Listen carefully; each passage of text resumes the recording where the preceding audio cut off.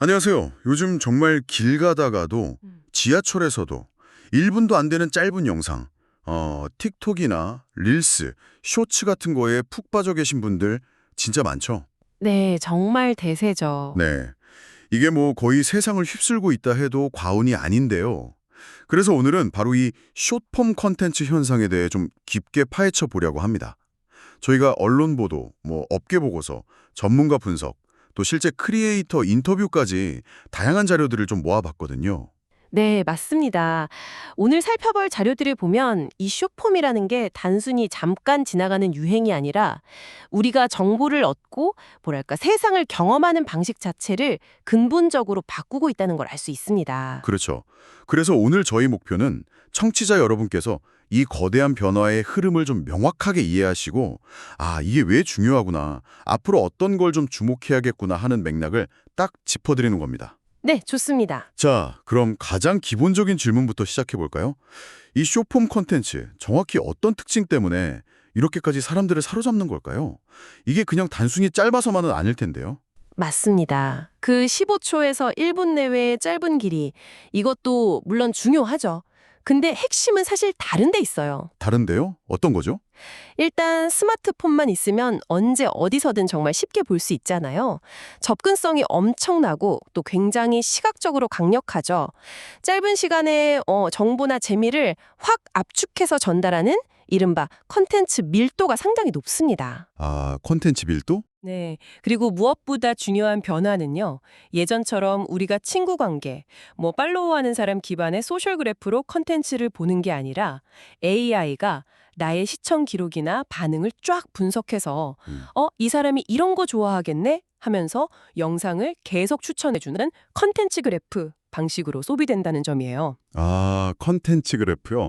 AI 추천 기반이라는 거군요. 그렇죠. 이게 바로 그 무서운 알고리즘의 힘이죠. 그래서 저도 모르게 그냥 계속 다음 영상으로 손가락이 스르륵 넘어가는 거였군요. 와, 진짜 무서운 속도로 성장하고 있다면서요.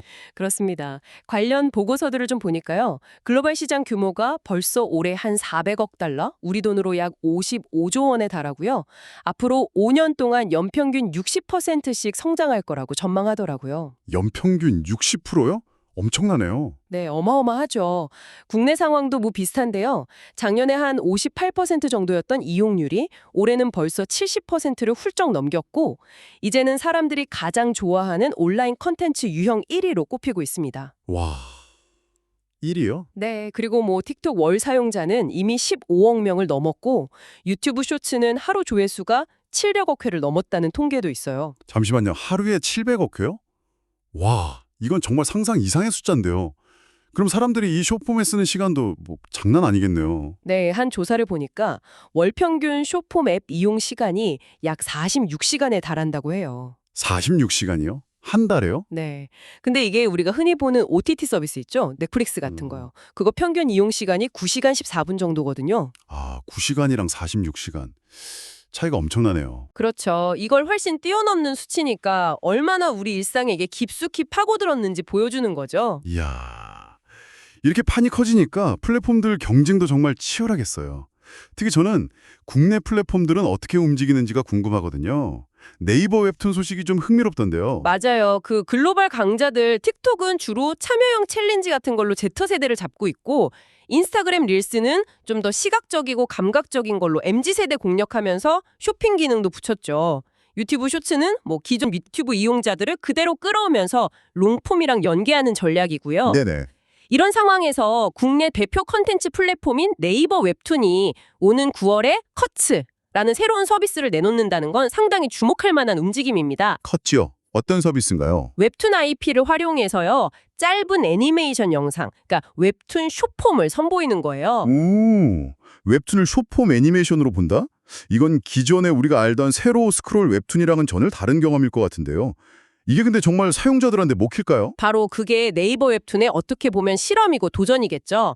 단순히 웹툰 내용을 요약만 하는 게 아니라 예를 들어 인기 웹툰 좀비딸의 고양이 캐릭터 애용이 아시죠? 아, 알죠, 알죠. 애용이. 네, 그 애용이를 주인공으로 한 오리지널 스핀오프 김혜용 씨의 하루 같은 새로운 컨텐츠도 준비 중이라고 합니다. 확실히 숏폼에 익숙한 10대, 20대 젊은 층을 적극적으로 공략하려는 전략으로 보입니다. 그렇군요. 오리지널 콘텐츠까지 네이버 웹툰이 단단히 준비하는 느낌인데요. 다른 국내 플랫폼들도 움직임이 있나요? 네, 있습니다. 카카오 같은 경우는 AI 기반으로 웹툰을 요약해주는 헬릭스 쇼츠를 시도하고 있고, 카카오톡 앱 안에 발견이라는 탭에서도 숏폼을 보여주죠. 또 리디 같은 경우는 칸타라는 이름으로 아예 숏드라마 플랫폼을 출시했고요. 네이버 본체도 클립이나 게임 스트리밍 치즈직이랑 연계해서 크리에이터 지원을 강화하는 추세고, 티빙 같은 OTT도 자체 숏폼 서비스를 하고 있습니다. 다들 뛰어들고 있는 거죠. 정말 다들 숏폼 시장에 뛰어들고 있네요. 플랫폼들이 이렇게 적극적으로 나서니까 이 컨텐츠를 만드는 크리에이터들의 역할, 그리고 전략도 더 중요해질 것 같아요.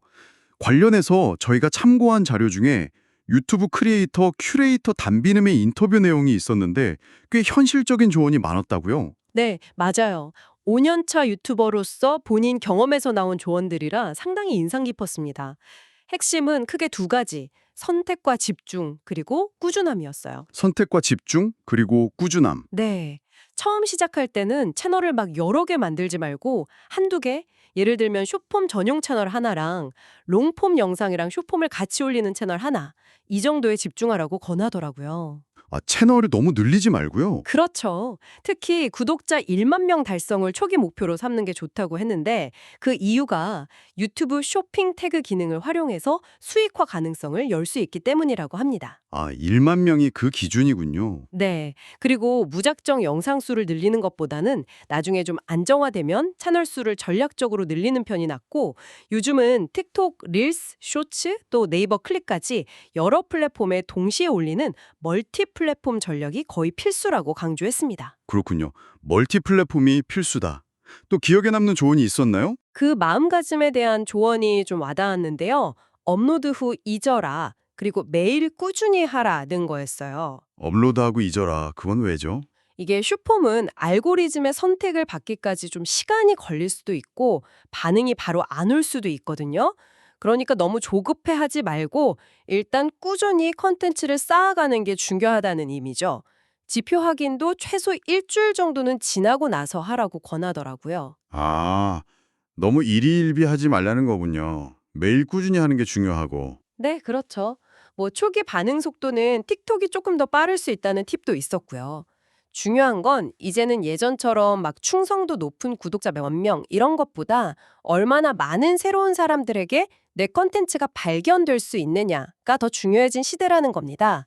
그래서 끊임없이 새로운 시청자에게 도달하려는 노력이 필요하다는 거죠. 발견 가능성, 그게 핵심이군요. 알겠습니다. 그런데 이렇게 숏폼이 완전 대세가 되면서 분명히 좀 어두운 면, 그림자도 있을 것 같아요. 어떤 문제점이나 과제들을 안고 있을까요? 가장 심각한 문제 중 하나는 역시 저작권 침해와 불법 복제입니다. 저작권이요? 네. 숏폼 콘텐츠는 특성상 너무 쉽게 복제되고 짜깁기 되고 재가공될 수 있거든요.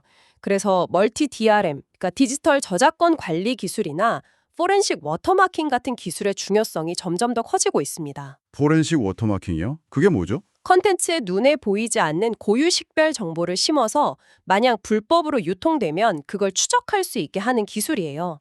사실 15초짜리 영상 하나 만드는데도 몇백만 원씩 들기도 하거든요. 근데 이게 불법으로 막 퍼져나가면 제작자 입장에서는 손해가 너무 크니까요. 제작비도 꽤 드는데 불법 복제가 쉬우니 문제네요. 콘텐츠 보호 기술이 정말 중요해지겠군요. 그리고 또 그 변화무쌍한 알고리즘에 적응하는 것도 큰 과제일 것 같아요. 맞습니다. AI 추천 알고리즘은 계속 진화하고 있고 플랫폼마다 중요하게 생각하는 요소도 조금씩 달라요. 예를 들어 틱톡은 사용자의 즉각적인 상호작용, 좋아요나 댓글, 공유 이런 거에 큰 가중치를 두는 반면에 인스타그램 릴스는 사용자가 그걸 저장하거나 다시 보거나 또 얼마나 끝까지 봤는지 이런 시청 완료 시간 같은 걸 더 중요하게 볼 수 있다는 분석이 있거든요. 플랫폼마다 기준이 다르군요. 그렇죠. 이런 미묘한 차이가 컨텐츠가 얼마나 퍼져나갈지 성공할지를 가르기 때문에 크리에이터나 마케터 입장에서는 계속해서 이 알고리즘 변화를 주시하고 전략을 수정해야 하는 거죠. 상당히 피곤한 일일 수 있습니다. 그렇겠네요. 그런데 이런 변화가 단순히 우리가 영상 소비하는 패턴만 바꾸는 게 아니라면서요? 영향력이 훨씬 더 크다고요? 네, 훨씬 광범위합니다. 예를 들어 음악 차트 순위가 숏폼 챌린지 하나로 뒤집히기도 하고요. 공연 흥행이나 어떤 요리 레시피가 유행하거나 패션 트렌드, 심지어 쇼핑 방식까지 바꾸고 있어요. 쇼핑 방식까지요? 네, 특히 Z세대 같은 경우는 궁금한 게 생기면 네이버나 구글 같은 전통적인 검색 엔진 대신에 틱톡이나 인스타그램에서 먼저 검색하는 경향이 뚜렷해지고 있다고 합니다. 정보 검색의 패러다임 자체가 바뀌고 있는 거죠. 와, 검색까지. 정말 세상이 바뀌고 있네요. 그렇죠. 그리고 최근에 엄청 뜨고 있는 숏드라마 시장 아시죠? 이것도 2025년에는 글로벌 시장 규모가 15조 원까지 성장할 거라는 전망도 나오고 있습니다. 15조 원이요? 숏드라마 시장이 그렇게 커요? 네, 엄청난 잠재력을 보고 있는 거죠. 정말 미디어 지형도 자체를 그냥 통째로 뒤흔들고 있다는 느낌이 드네요. 앞으로는 AI 기술관의 융합이나 이커머스 연계 같은 것들이 더욱 강화될 것 같다는 생각도 들고요. 정확합니다. 숏폼은 이제 우리 디지털 생활의 그냥 기본값, 디폴트가 되었다고 봐야 합니다. 사용자의 습관을 완전히 바꾸고 또 아까 말씀드린 네이버 웹툰의 커츠 사례처럼 플랫폼들의 혁신을 계속 이끌면서 미디어, 커머스, 정보 탐색 방식까지 근본적으로 재편하는 핵심 동력이 된 것이죠. 이 거대한 변화의 흐름을 이해하는 게 단순히 관련 업계에 계신 분들뿐만 아니라 그냥 이 디지털 시대를 살아가는 우리 모두에게 정말 중요한 일이 되겠네요. 정보를 얻고 소통하는 방식 자체가 달라지고 있는 거니까요. 그렇습니다. 그래서 마지막으로 좀 이런 질문을 던져보고 싶어요.